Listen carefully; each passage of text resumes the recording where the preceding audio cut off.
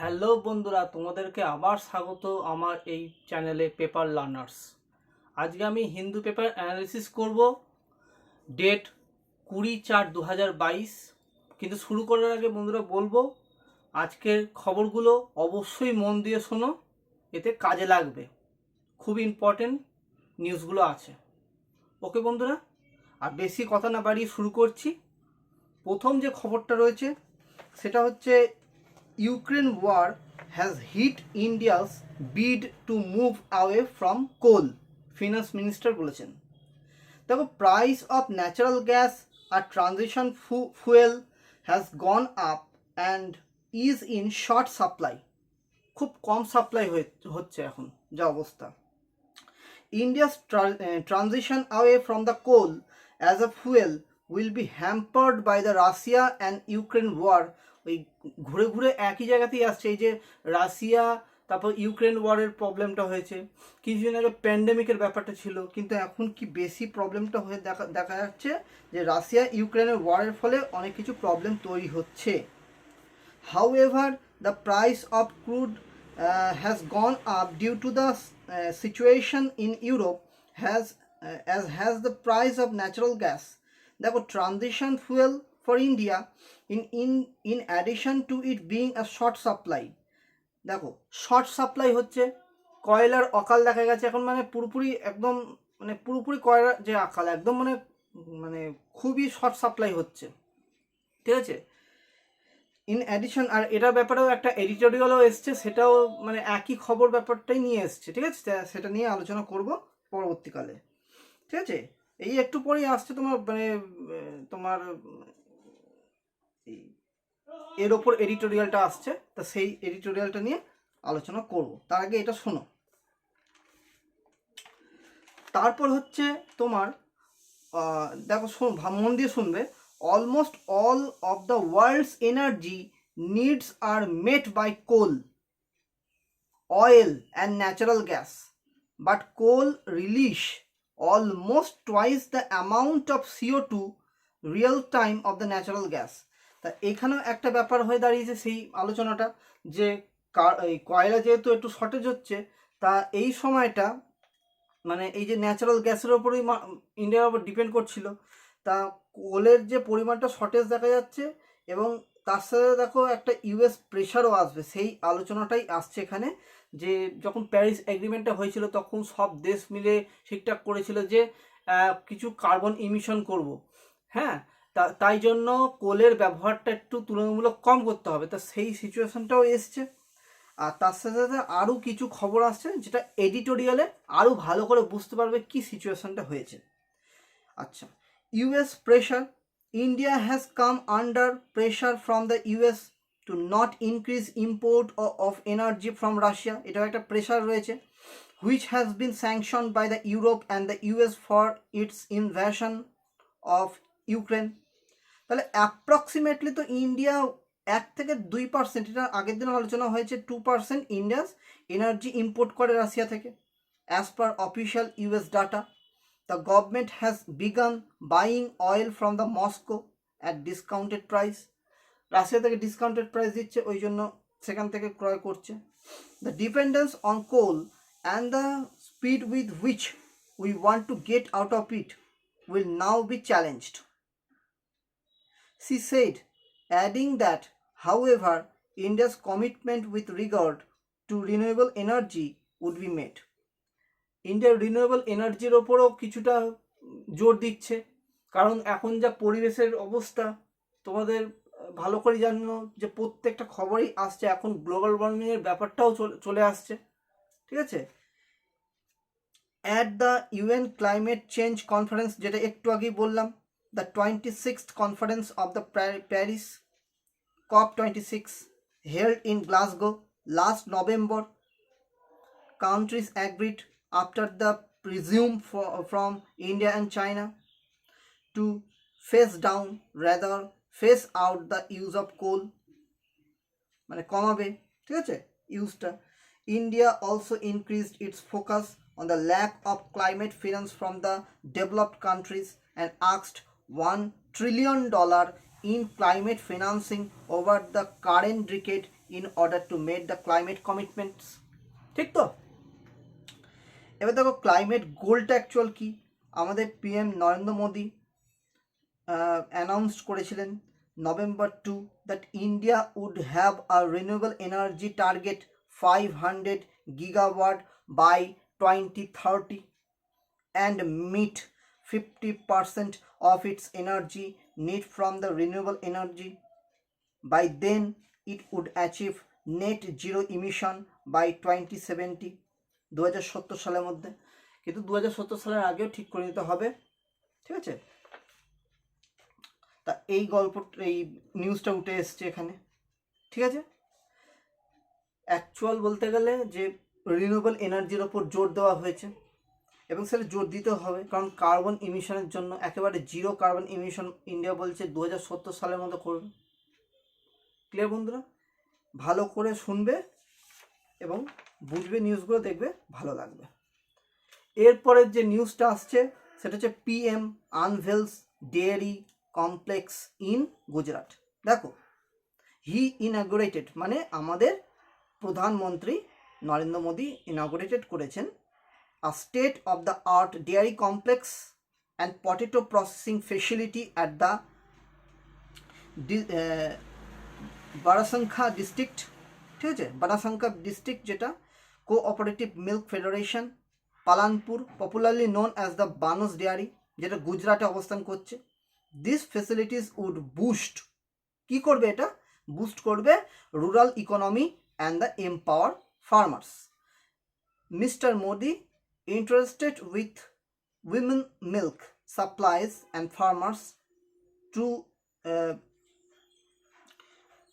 reconnect with the masses. দেখো, ওখানকার যে ফেসিলিটি করার জন্য, ঠিক আছে, ফেসিলিটি যাতে ঠিকঠাক হয় এবং ইকোনমিক গ্রোথটা যাতে হয় তার জন্য এটা করা। This new dairy complex capacity to process about 30 lakh liters of milk and produce about 80 tons of butter, and 90 tons of condensed milk and 1 lakh liters of ice cream and 6 tons of chocolate per day। এরকম একটা তৈরি করার প্রস্তাব দেওয়া হয়েছে। ঠিক আছে, এবং এইগুলো যাতে নিজের দেশেও কনজিউম কিছুটা হবে এবং বাইরের দেশেও সেটা এক্সপোর্ট করা যেতে পারে। The potato processing plant will produce different types of processed potato products such as the chips, aloo tikki, fries and patties, many of which will be exported in other countries. এতে মুনাফাও বাড়বে, ঠিক আছে, revenue বাড়বে, টাকা পয়সাও হবে। This initiative at Banas Dairy will empower farmers, women, boost the rural economy। এবং ইনি বলেছেন, মানে আমাদের পিএম নরেন্দ্র মোদী বলেছেন যে we are experiencing how cooperative movement can give strength to the আত্মনির্ভর ভারত ক্যাম্পেইন। ঠিক আছে, এই সমস্ত ফার্মার এবং উইমেন মিল্ক সাপ্লায়ারদের সামনে এই কথাটা বলেছেন। এছাড়াও তিনি প্রেজ করেছেন এই ব্যাপারটাকে নিয়ে। He praise the effort of local communities and the cooperative dairy sectors in creating livelihood opportunities for the locals in Gujarat. Farmer embraced new technologies. দেখো, ফার্মাররা এমব্রেসড করেছে মানে গ্রহণ করেছে এই নিউ টেকনোলজি, এটা একটা খুব অ্যাপ্রিসিয়েটেড বিষয়। Focused on water conservation, water conservation খুবই জরুরি, কারণ ভূমধ্যস্থ জলগুলো শুকিয়ে যাচ্ছে, ওয়াটার কনজারভেশন খুব দরকার। And the results are for all the see, মানে তার ফলে এত ভালো একটা রেজাল্ট দেখা দিয়েছে। The centre has connected all the schools, centre বলে যায় কানেক্টেড করতে all the school, the states, real time monitoring of students and teachers এই ব্যাপারে। ঠিক আছে, এবার যেহেতু আমি ইন্ডিয়ান ডেয়ারি সেক্টর সম্বন্ধে বলছি, তাহলে এটা একটু শুনে নাও কি। India is being the world largest milk producing country, accounts for approx 23% of the world and 57 of the Asian total milk production. The milk production of India has been grown from 17 million tonnes ছিল 1951 সালে, এবং সেটা 1877 ওই সময়টা করে। এবং পরে আস্তে আস্তে 2018-19 সালে এসে সেটা 1877 মিলিয়ন টনস হয়ে গেছে। তাহলে 1951 সালে 17 মিলিয়ন টন ছিল এবং 2018-19 আস্তে আস্তে সেটা 1877 মিলিয়ন টনস হয়ে গেছে। Milk production in the country has grown at a compound annual growth rate of about 6.2% to reach 209.96 million tons in 2020-21 from 146.31 million tons in 2014-15। তাহলে বোঝাই যাচ্ছে কতটা আস্তে আস্তে গ্রোথ হয়েছে ডেয়ারি প্রোডাক্টে।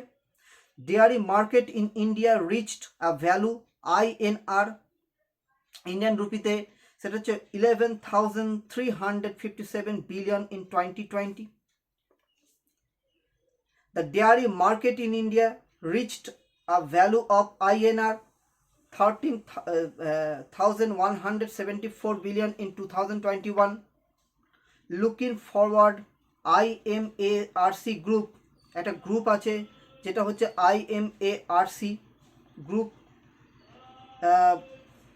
expects the market to reach INR 30,840 billion by 2027, exhibiting at a reach CAGR of 14.98 during 2022-27. তা CAGR এর ফুল ফর্মটা কি? কম্পাউন্ড অ্যানুয়াল গ্রোথ রেট অনুযায়ী 14.98 2022-27 হবে। তা আমাদের আমুল হচ্ছে লার্জেস্ট ডেয়ারি কোম্পানি, সে সবাই জানো। ডেয়ারি আন্ডার প্রাইমারি সেক্টরের মধ্যে পড়ে। প্রাইমারি সেক্টর ডাইরেক্টলি ডিপেন্ডেন্ট হচ্ছে এনভায়রনমেন্টের ওপর। সো আমরা দেখা যাচ্ছে এই যে প্রাইমারি সেক্টরে আর্থ যে রিসোর্স সেটাকে প্রপার ইউটিলাইজ করছি। ইউপি হচ্ছে highest milk producing state in India, 18% total milk production. তারপর হচ্ছে রাজস্থান 11%, তারপর হচ্ছে অন্ধ্রপ্রদেশ সেটা হচ্ছে 10%, তারপর হচ্ছে গুজরাট 8%, পাঞ্জাব 7%। দেখো মিল্ক ক্যাপিটাল কাকে বলা হয় ওয়ার্ল্ডের মধ্যে? হার্ভার্ডকে। Dairy is the only product around, যেটা এটা একটা একরকম অ্যাগ্রি প্রোডাক্ট যেটা হচ্ছে 70 থেকে 80% মার্কেট ভ্যালু দেয় এবং সেটাকে ফার্মারের সঙ্গে শেয়ার করে। Approx 1/3 of the rural house income in India এটার মাধ্যমে। It improves the farmer livelihood, create job create করে, support agriculture industrialisation and commercialisation and enhances nutrition for the masses. ঠিক আছে, নিউট্রিশনের প্রদান করে। কিন্তু এই ক্ষেত্রে কি প্রবলেম? দেখো প্রপার প্যাকেজিং ঠিক মতন হয় না, লেবেলিংয়ের সিস্টেম নেই, ঠিক আছে, lack of market intelligence, mindset, consumer perception. আচ্ছা, এই যে বিল্ডিং মেজর সেখানে চ্যালেঞ্জ হয়ে আছে, ঠিক আছে, ব্র্যান্ডেডের ক্ষেত্রে।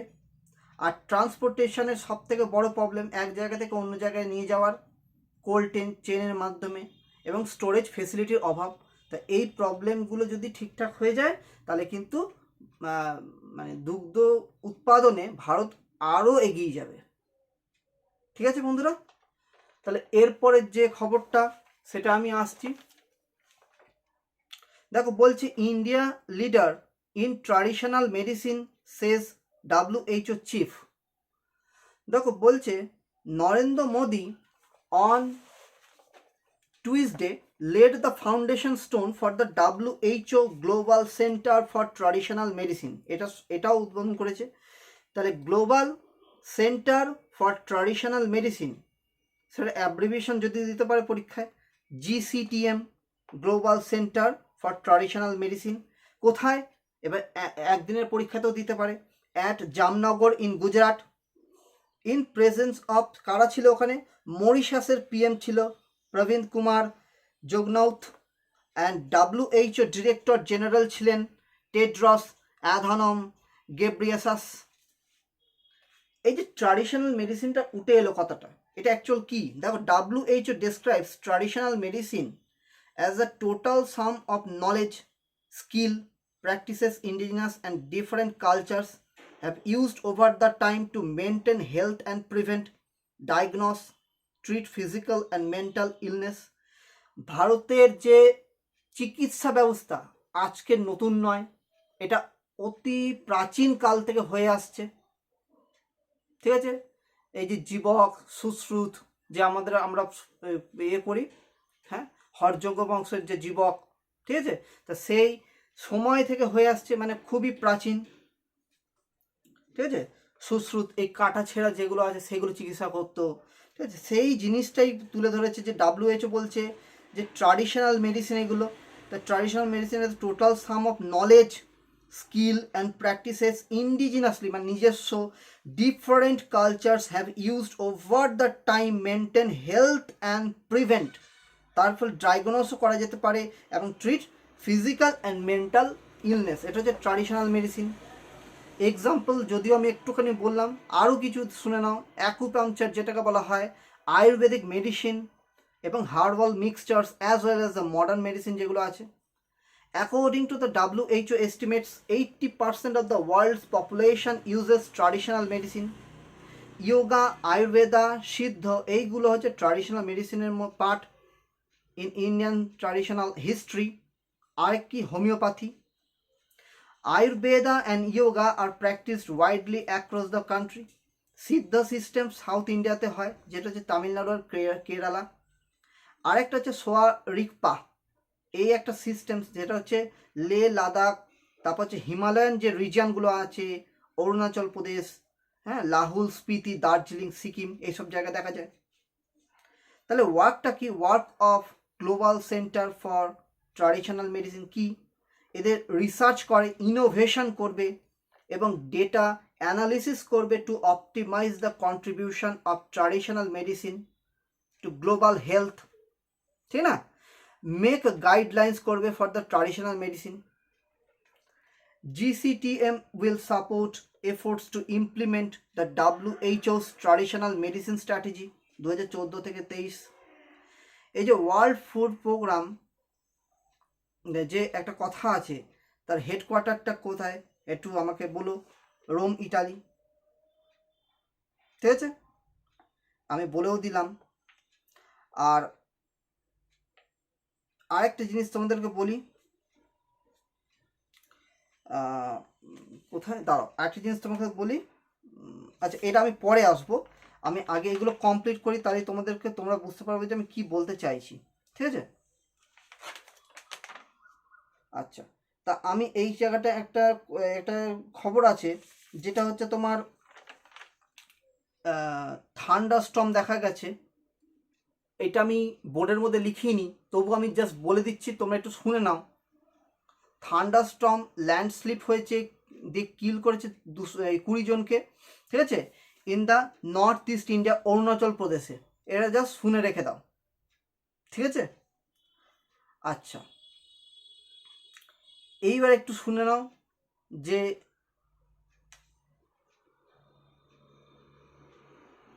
20 মিলিয়ন, ভালো করে শুনবে, 20 মিলিয়ন মেয়ে। আরেকটা খবর আছে যেটা আমি একটু বলে দিচ্ছি, ভালো করে শুনে নাও। যেহেতু এগুলো ছোট ছোট খবর, ওই জন্য আমি এখানে বোর্ডের মধ্যে লিখিনি। তোমরা বন্ধুরা একটু জাস্ট শুনে নাও, 1-2 লাইন করে, জাস্ট ইম্পর্টেন্ট কিন্তু এটা। 20 million may starve in Horn of Africa, WEF, ঠিক আছে, WFP, sorry, world food programme. দেখো, 20 million people are at risk of starvation this year as delayed rain worsen an already brutal drought in Kenya, Somalia, Ethiopia and the UN warned on Tuesday। দেখো, UN Warne করেছে 20 million people already কিন্তু স্টারভেশনে চলে গেছে। ঠিক আছে, কিভাবে? সেখানে rain হচ্ছে না, বৃষ্টিপাতও ঘটছে না, তার ফলে কিন্তু স্কারসিটি দেখা যাচ্ছে, খাদ্যের অভাব দেখা যাচ্ছে, মানুষজন কিন্তু না খেয়ে রয়েছে। এই সিচুয়েশন দেখা গেছে সোমালিয়া, কেনিয়া, ইথিওপিয়া, এইসব জায়গায়। ঠিক আছে, তা এটা একটু শুনে নিলে, তা আমি ওই জন্য বোর্ডের মধ্যে লিখিনি। ক্লিয়ার বন্ধুরা? আচ্ছা, এরপরে আমি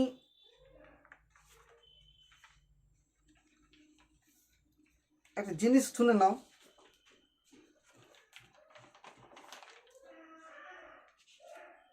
হ্যাঁ এবার আমি তোমাকে বলবো যে ভালো করে শোনো, একটুখানি তোমার বলছিলাম ট্র্যাডিশনাল মেডিসিনের যে ব্যাপারটা, সেটা তো তোমরা বুঝলে অবশ্যই, ভালো করে বুঝলে, যতটুকুনি আছে এখানে খবরে সেইটুখানি আমি বললাম, ঠিক আছে, আশা করি তোমরা বুঝতে পেরেছো।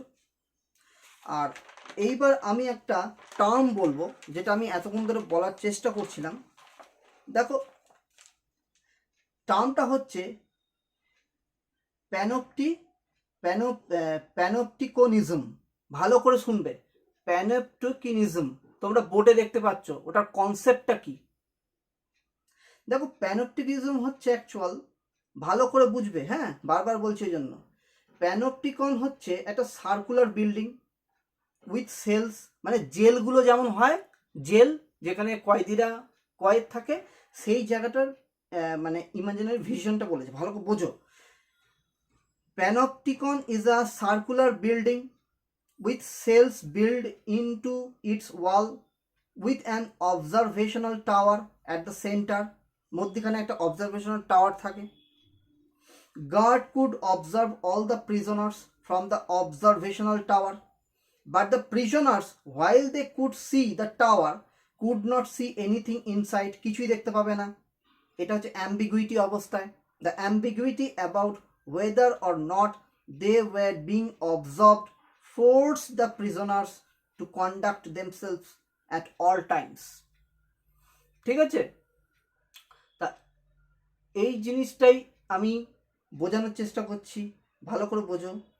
যেটা সিসিটিভি আমরা ইউজ করি ক্যামেরাতে, সেইটাই অ্যাকচুয়াল। দেখো সিসিটিভি এমন জায়গায় লাগানো থাকে কেউ বুঝতে পারে না কি করছে, সে যদি কোনো কাজও করে থাকে সেটা কিন্তু ওই সিসিটিভিতে ক্যাপচার হয়ে যায়। তাই এই যে প্যানোপটিকনিজম, এই ওয়ার্ডটা, এই থিওরিটা ইন্ট্রোডিউস করেছিল Michael Foucault. Is one of the most influential books discipline and punish for the birth of the prison. এই বইটা discipline and punish the birth of the prison. It is a concept which explains a new model of surveillance in society. ঠিক আছে, তা এই ব্যাপারটা নিয়ে এসছে খবরটা। আচ্ছা বন্ধুরা, এরপরের যে খবরটা সেটা ভালো করে শোনো, যেটা আগে একবার আলোচনা হয়েছে। China Solomon Island sign landmark security agreement. দেখো, signed a security pact with the Solomon Island, a first of kind agreement that could pave the way for further Chinese. এই চাইনিজের নিয়েই সবসময় ঘটনাটা ঘটছে বারবার। দেখো, চাইনিজ ফরেন মিনিস্টার যে Wang Yi and the minister of the foreign affairs of external trade Jeremiah Manele of Solomon Island sign করেছে an intergovernmental framework agreement on security cooperation. Chinese provide maintenance of, Chinese কি provide করবে এদেরকে, এই যে এগ্রিমেন্টের করা হয়েছে, social order, protection of the safety of people's lives, property, humanitarian assistance, natural disaster response in an effort to help Solomon Islands strengthen capacity buildings in safeguarding its own security. কিন্তু প্রবলেমটা হচ্ছে কি, যে অস্ট্রেলিয়া, নিউজিল্যান্ড এবং USA এই against China. দেখা যাবে যে যে এই যে সোলেমন আইল্যান্ড সেটা অবস্থান করছে তোমার মেলানেশিয়া যে জায়গাটা আছে সেখানে, তার ঠিক আশেপাশেই নিউজিল্যান্ড এবং অস্ট্রেলিয়া অবস্থান করছে।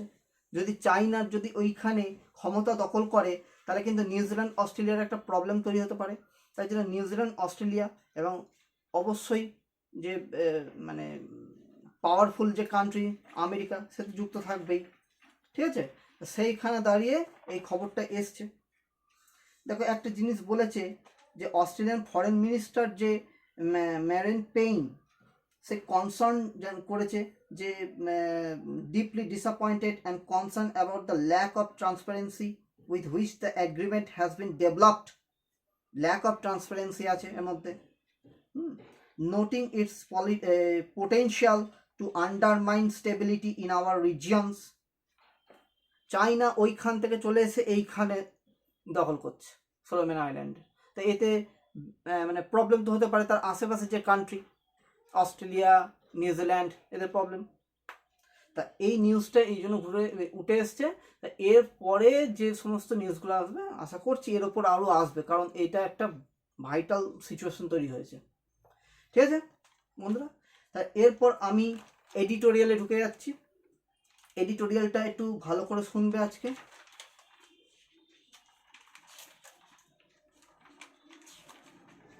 আজকের এডিটোরিয়াল হচ্ছে প্রথম এডিটোরিয়ালটা ভালো করে শোনো, the various corporate defence mechanisms against hostile takeover. এটা একটা বোঝার আছে। দেখো এইটা কিন্তু এলন মাস্ক নিয়ে কথাটা এসছে। এলন মাস্ক হচ্ছেন, তিনি কী করেছেন যে টুইটারটা, এবার খবরে আমরা শুনতেও পাচ্ছি যে টুইটারের কিন্তু শেয়ার অনেক কিনে নিয়েছে এলন মাস্ক। তা সেটা বলা যায় 9.2% stake in Twitter and seems to have been displaced as the largest shareholder in the platform. এরপর কি হয়েছে, ইলন মাস্ক বলছে এই সিচুয়েশনটা আগে কেন এসছে একটু বুঝে নাও। দেখো টুইটারে অনেকদিন ধরে একই জিনিস চলছে যে কেউ যদি নিজের মনের ভাব প্রকাশ করে তাহলে তার টুইটার হ্যান্ডেলকে পুরোপুরি করে দেওয়া হবে, বন্ধ করে দেওয়া হবে। তা এইটা এলন মাস্ক পছন্দ করে না। Elon Musk did not like it, এটা পছন্দ করেনি। তা এই জিনিসটার জন্যই এটা উঠে এসছে। এবং এলন মাস্ক কী করেছে যে আরও বেশি করে শেয়ার কিনতে চাইছে। এতে কোম্পানির ভয় লাগছে কী হলো, মানে এতটা শেয়ার যদি কিনে নেয় তাহলে এলন মাস্কের ক্ষমতাটা এই টুইটারের মধ্যে চলে আসবে।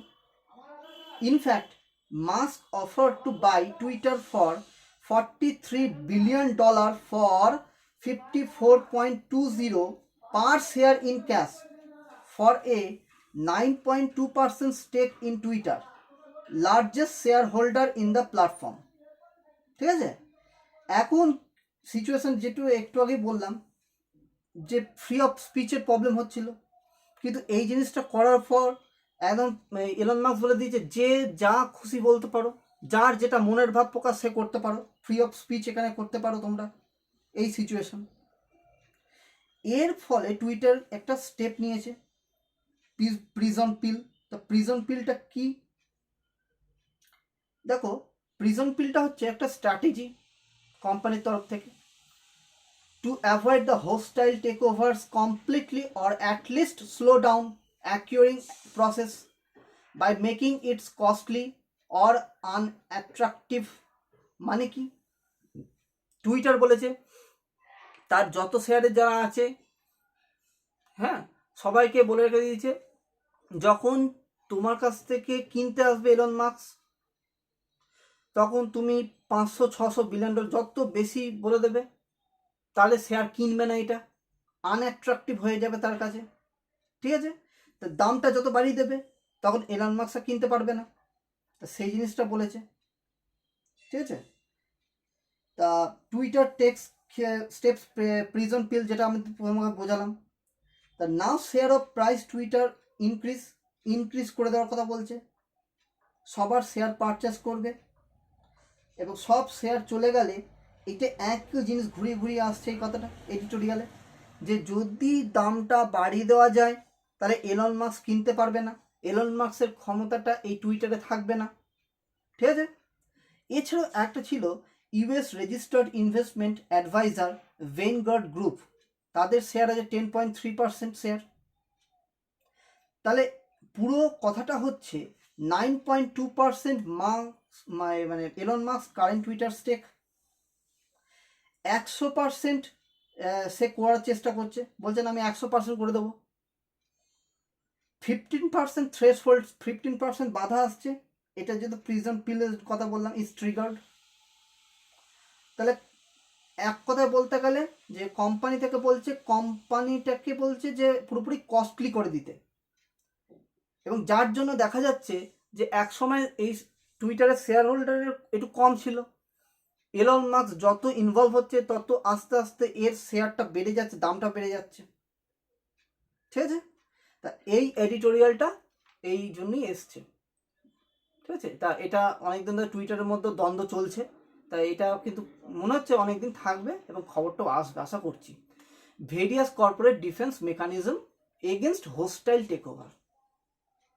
ঠিক আছে বন্ধুরা, তাহলে এরপরে যে এডিটোরিয়ালটায় আসছি সেটা হচ্ছে কোল ক্রাইসিস হিটস এগেন, যেটা একদম প্রথমে আমি যে খবরটা বলছিলাম নিউজে, সেটার কিছুটা ব্যাপার এডিটোরিয়ালেও আছে এবং কেন কোলের ক্রাইসিস হচ্ছে সেটা দেখো।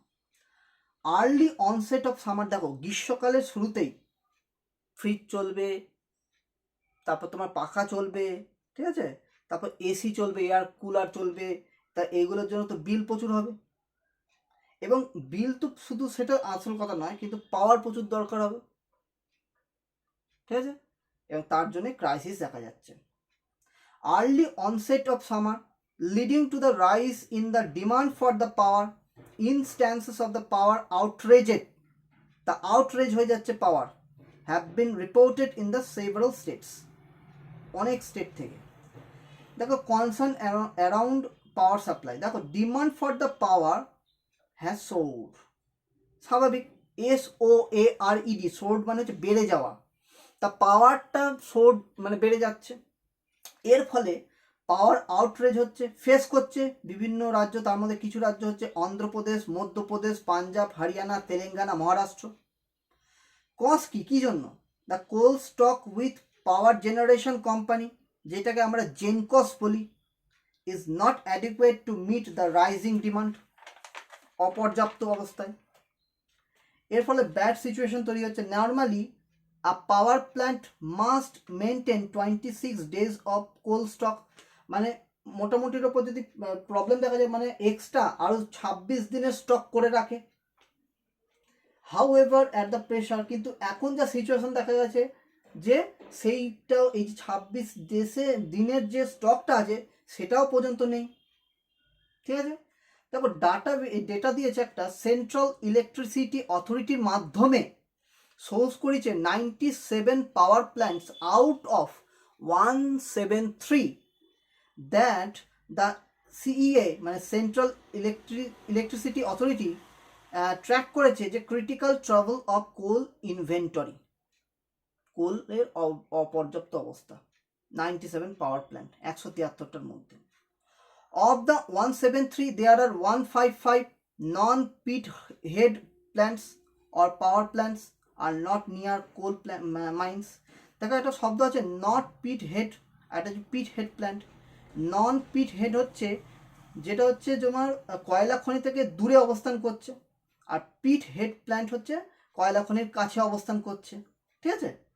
The 18 plants that are near coal mines, ঠিক আছে।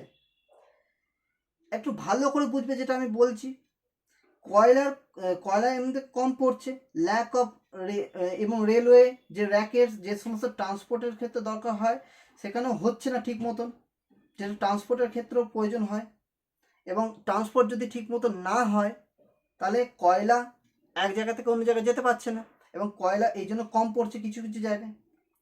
স্টেট পাওয়ার ডিস্ট্রিবিউশন কোম্পানি যেটা ডিসকম, সে কি করছে, সে পুরোপুরি ক্লিয়ার করতে পারছে না, অনেক ডিউস পড়ে আছে, অনেক টাকা পয়সা পড়ে আছে এক্সট্রা।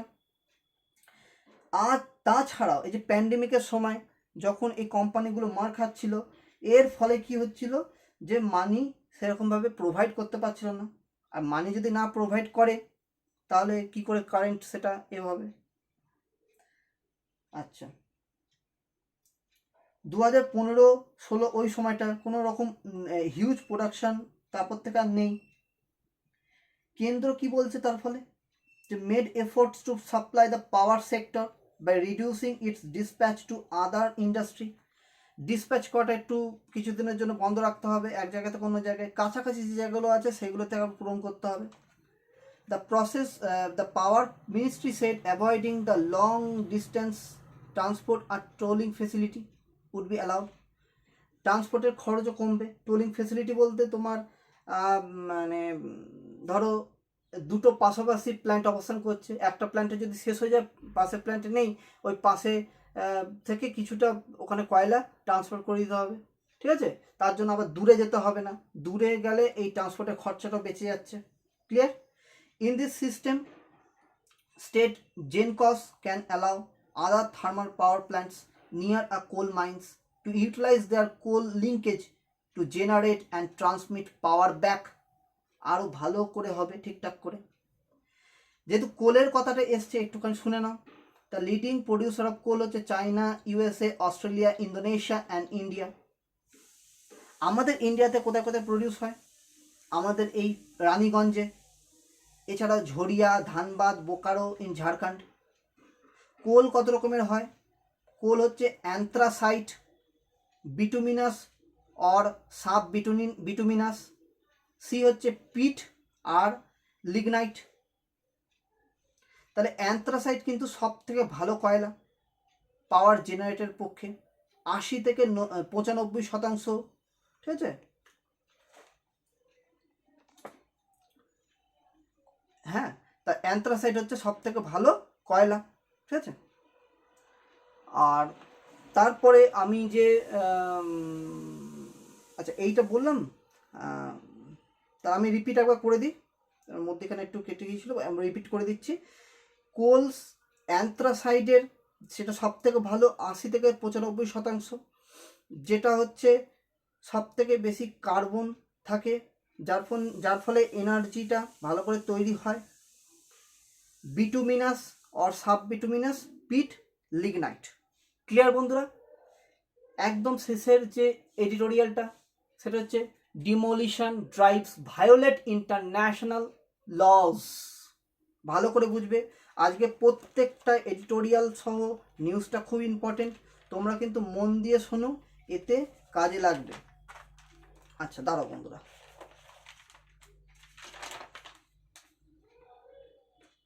দেখো রিসেন্টলি এই যে খবরটা এসছে এডিটোরিয়ালে, যেটা হচ্ছে demolition drives violate international laws. কি হয়েছে? যে কমিউনাল ক্লাস দেখা গিয়েছিল, ঠিক আছে, রামনবমীর সময় প্রসেশন যখন বেরিয়েছিল, in the several parts of the country including the Madhya Pradesh. ঝামেলা হয়েছে এবং ঘর ভেঙে দিয়েছে, এই ব্যাপারটা নিয়ে, সব ঘর ভেঙে দিচ্ছে, তা এই ব্যাপারটা নিয়ে নিউজটা এসছে, মানুষের অধিকারের ওপর খন্ন হচ্ছে, ঠিক আছে? এই ব্যাপারটা দেখো, প্রথমে কিছু কিছু আমাদের প্রভিশনটা জানতে হবে, ভালো করে মন দিয়ে শুনবে। Right two adequate housing, it is not only a fundamental right to adequate housing, fundamental right actual মানে not only fundamental right, এটা মানে শুধুমাত্র fundamental right নয়, recognized under the article 21 of the Indian Constitution. It is also well documented right under the international human rights law framework, ঠিক আছে, international human rights framework এর, which is binding on India. আরেকটা কি instance আছে দেখো, article 25 Universal Declaration of Human রাইটসে বলা হয়েছে, UDHR states that everyone has the right to stand and of living adequate for the health and well-being of himself and of his family, including food, clothing and housing and medicine care. কি বলেছে? যে এই সমস্ত প্রত্যেকটা মানুষের নিজস্ব ক্ষমতা আছে তার পর্যাপ্ত স্বাস্থ্য রক্ষা করা, এবং শুধু তাই নয়, তার ফ্যামিলি সহ সে সমস্ত খাদ্য, পোশাক পরিচ্ছদ, তারপর তোমার হাউজিং, বাড়ি এবং মেডিসিন কেয়ারের ক্ষেত্রে নিজস্ব একটা ক্ষমতা আছে। এটা সবসময় জানতে হবে আমাদেরকে, যেটা বলেছে আর্টিকেল 25 ইউনিভার্সাল ডিক্লারেশন, যেটা কিন্তু ভায়োলেট হচ্ছে এই সিচুয়েশনটা হওয়ার ফলে। এর ফলে কি হচ্ছে, আর্টিকেল 11.1-এ the International Covenant on Economic, Social and Cultural Rights, ICESCR, recognizes the right of everyone to an adequate standard of living for himself and his family, including adequate food, clothing and housing, and to continuous improvement of living conditions. ঠিক তো? তা এই জিনিসটা তৈরি হয়েছে যে adequate standard of living তৈরি হবে। তা এই এদের যে আর্টিকেলটা, যেটা হচ্ছে International Covenant on Economic, Social and Cultural রাইটসের 11.1 আর্টিকেলে এই কথাটা বলা হয়েছে যে প্রত্যেকজনের অধিকার আছে অ্যাডিকুয়েট, পর্যাপ্ত স্ট্যান্ডার্ড অফ লিভিং বিলং করা, এছাড়াও তার ফ্যামিলি সহ ফুড, ক্লথিং একই জিনিসই ঘুরে আসছে দেখো, টু দ্য কন্টিনিউয়াস ইমপ্রুভমেন্ট, শুধু একটা জায়গায় থেমে থাকবে না, কন্টিনিউয়াস ইমপ্রুভমেন্ট করার ক্ষমতা রাখে। এছাড়া আর্টিকেল 12 UDHR বলা হয়েছে no one shall be subjected to arbitrary interference with the privacy, কারুর প্রাইভেসিতে দখল করা যাবে না, কোনো রকম ইন্টারফেয়ার করা যাবে না। Family and home on correspondence with the privacy, family home or correspondence, not to attack upon his honor and reputation, কোনো রকম অ্যাটাক করা যাবে না, কিন্তু সেটাও ভায়োলেট হচ্ছে। আর্টিকেল 17 কি বলা হয়েছে, সিভিল অ্যান্ড পলিটিক্যাল রাইটস, যেটা ICCPR বলা হয়েছে, যেটা একটু আগে বললাম, ঠিক আছে। তো এই জিনিসগুলো ভালো করে মাথায় রাখতে হবে, এইগুলো সব ভায়োলেট হচ্ছে। The office of the high commissioner for human rights, abbreviation পরীক্ষাও আসতে পারে, OHCHR, office of high commissioner for human rights, commonly known, সেটা কী বলা হয়, United Nations human rights office, whose mandate to promote and protect human rights guaranteed করে, ঠিক আছে, মানে প্রমোট করে, ম্যান্ডেট এই যে রুলসগুলো আছে প্রমোট করে প্রোটেক্ট করে human rights, granted under the international law. তা এইগুলোর উপর জোর দেওয়া হয়েছে। এই যে বুলডোজার দিয়ে যে বাড়িগুলো ভাঙছে, এটা অ্যাকচুয়াল উচিত না, কিন্তু এইখানে এডিটোরিয়াল এখন তুলে ধরা হয়েছে এই ব্যাপারটাকে নিয়ে, ঠিক আছে। তা অথর এই ব্যাপারগুলোই বলেছে যে এই বুলডোজার নিয়ে বাড়ি ভেঙে দেওয়া, এগুলো ইন্টারন্যাশনাল যে ল আছে সেগুলো ভায়োলেট করছে। তা এই আজকে ছিল আমার দ্য হিন্দু নিউজ পেপার অ্যানালিসিসের 6টা হচ্ছে তোমার নিউজ আর 3টে হচ্ছে এডিটোরিয়ালস। বন্ধুরা, তোমাদের কেমন লাগলো আমাকে কমেন্টে অবশ্যই জানিও, অবশ্যই ভালো করে শোনো, খুব কাজে দেবে এই নিউজগুলো, যার জন্য আমি বাংলা ইংরেজিতে দুটো একসাথেই বলি যাতে সুবিধা হয়, ঠিক আছে বন্ধুরা। তাহলে আমার এই চ্যানেলটা তোমরা লাইক, কমেন্ট, শেয়ার অবশ্যই করো, সাবস্ক্রাইব করো, বেল আইকনটা ট্যাপ করে রেখো যাতে অতি সত্ত্বর তোমাদের কাছে ভিডিওটা পৌঁছে যায়। বন্ধুরা, তোমার বন্ধুদের সঙ্গে অবশ্যই শেয়ার করো এটাকে, যাতে সেই বেনিফিটটা নিতে পারে আসন্ন পরীক্ষায় এবং ভাইভাতে। এই নিউজগুলো খুবই কাজে লাগবে, ঠিক আছে বন্ধুরা। তাহলে আজ আসি, আবার কাল দেখা হবে, তোমরা ভালো থেকো, বাই বাই, টাটা, সায়নারা, খুব ভালো থেকো সবাই।